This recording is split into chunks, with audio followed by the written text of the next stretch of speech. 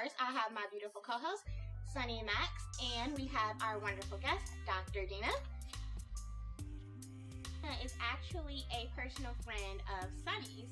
So, Sunny, you want to tell us about Dr. Deena really quickly? Yes, so she has a PhD in leadership and research. She is just really amazing in her mindset and in what she is teaching to entrepreneurs and especially women. I met Dr. Deena when we went to a luncheon in Irvine with the Chamber of Commerce. It was the businesswomen in Irvine. They were all meeting together for happy hour.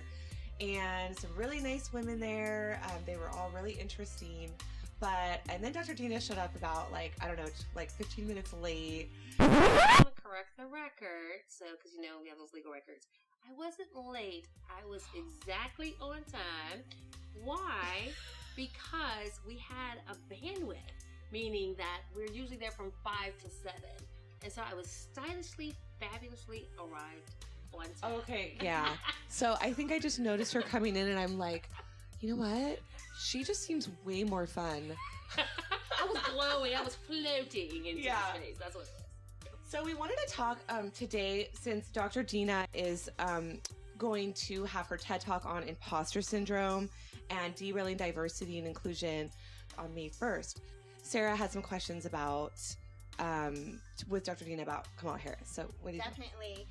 Before we talked about Kamala Harris, though, I wanted to go ahead and warm up.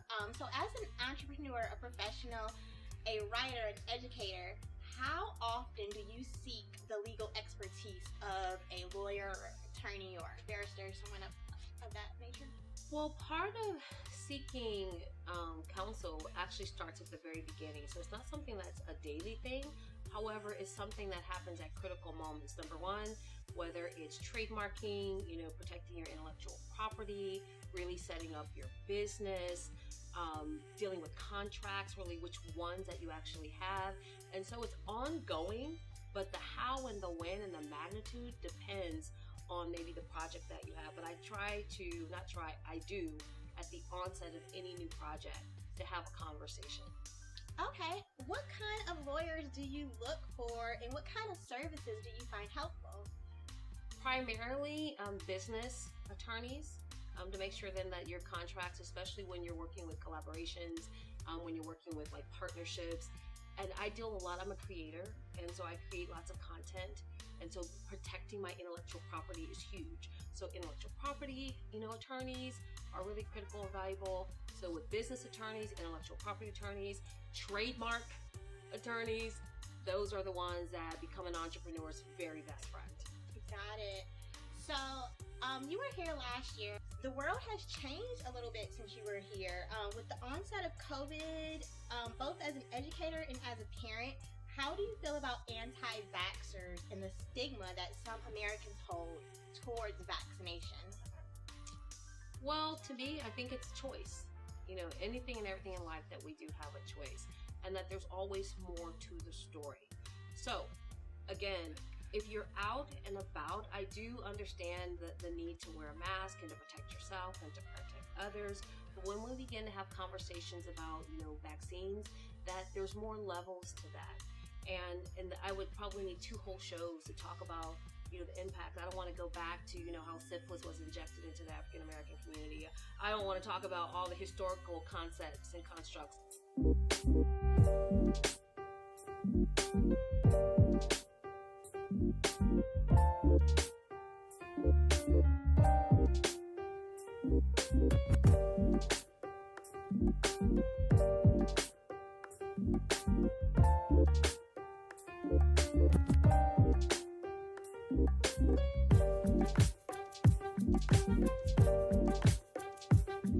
Talk about vaccinations and when you make it mandatory to put something else inside of your body, because it's a very personal choice. But for me, whatever that choice is, it's yours. You have to live with it. And so again, at the end of the day, once you make that choice, the consequences that come around from that, then that's where, you have to wait and weigh in and to see. So I do not carry signs for anti-vaccination. I actually don't talk about it, to be honest with you. I don't even talk about it. I don't even engage in those conversations because that's part of that personal choice that each person makes. So part of my household is vaccinated, part of us, are not. And I'm one that's not, I choose not to be vaccinated. I did not know that before I asked her that question. So let's go back to Kamala Harris. So I myself, I love Kamala Harris. I have a list of the things I love about Kamala Harris. Where do we start?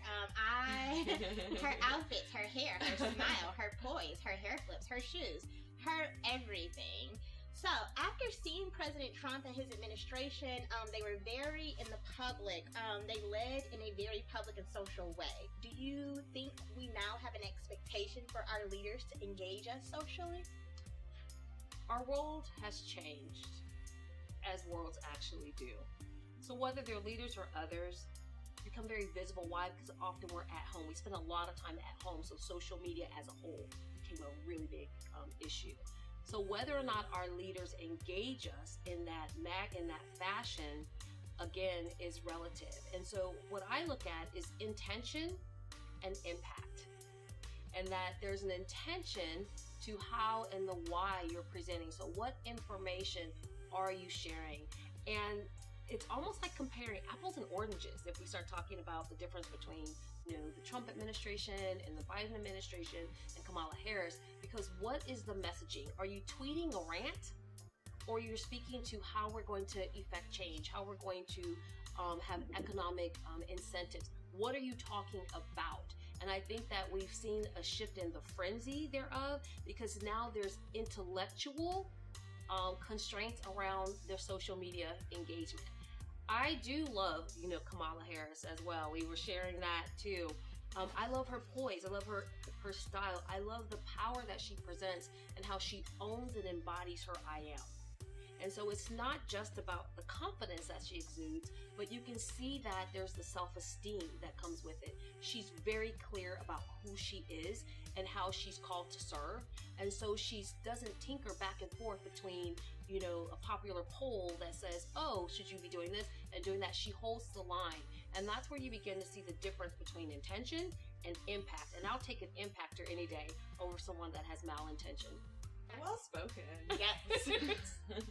Our last question before we wrap up and let Dr. Deena leave. Okay, so let's talk about her Kardashian connection. So as we know, Kim Kardashian is arguably a pioneer in women's rights and has been on the forefront in changing the way women are viewed via respectability politics. The Kardashian-Jenner clan, along with Kanye West, are now becoming known for their legal and political work outside of the entertainment industry. Do you think the entertainer to politician trend is healthy or inevitable? Powerful question.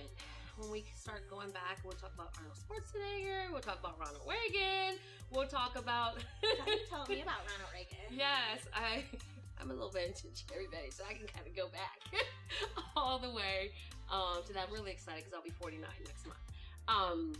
So in that context, we talk about who is, again, really have the power and the influence to impact change. And because entertainers are often in the media, is that they, again, have a choice. They often have a mantle. They have part of their purpose. They have that mission. And so you'll see whether they're proponents of animal rights or, different other political pieces. And now in the wake of what's happened with George Floyd and Breonna Taylor and Ahmaud Arbery, so you not only see entertainers, but you also see athletes do that as well. And so is it inevitable? Well, I think it's a social construct that's tied to the choice that's there. And that when you are in the limelight and when you are charged to lead, that you have a responsibility over your voice.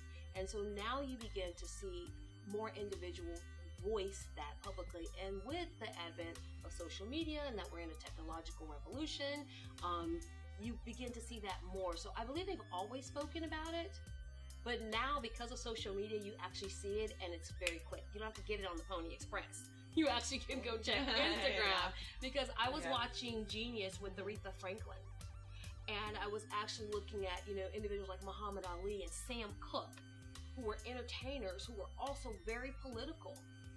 And you didn't hear as much then. Why? Because social media. So I think that it's always been there. It's been present. but now you get to see it differently. And I mean, I can go through a whole list of other entertainers throughout history, but we talk about the case against the American government against various individuals who were in entertainment who actually spoke up.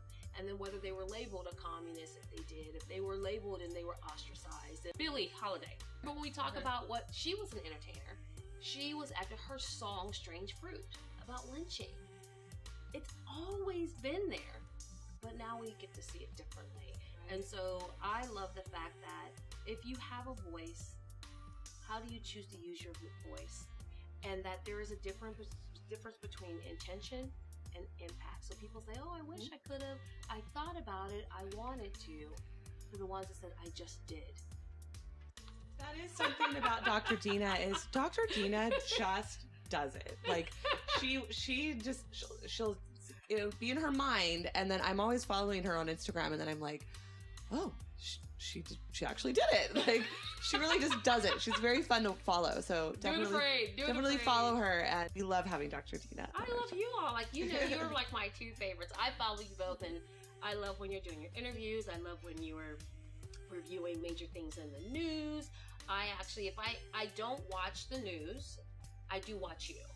And so I'll go and I'll see like the things that you're talking about, and I love the nuances that you bring out in the topics. So I am informed, I do read, I do pick up certain things, but I do not watch a lot of doom and gloom in the news. I'm not even watching the trial right now. I'm very, very selective, not because I don't want to hear the bad news, but I definitely want to have context for the conversations in order to process it, and I need to make sure that I'm grounded enough that I don't internalize what's happening, because then it will impact the way that I agree 100% with that. Yeah. Well, Dr. Deena, do you have any socials that you want I do have socials, and you can follow me on Twitter and on Instagram at Dr. Deena Speaks, DrDeenaSpeaks. And also follow us. We are at Law Media Inc. and Law Media Social, and our Twitter is Law Media Inc. 1. Thank you guys so much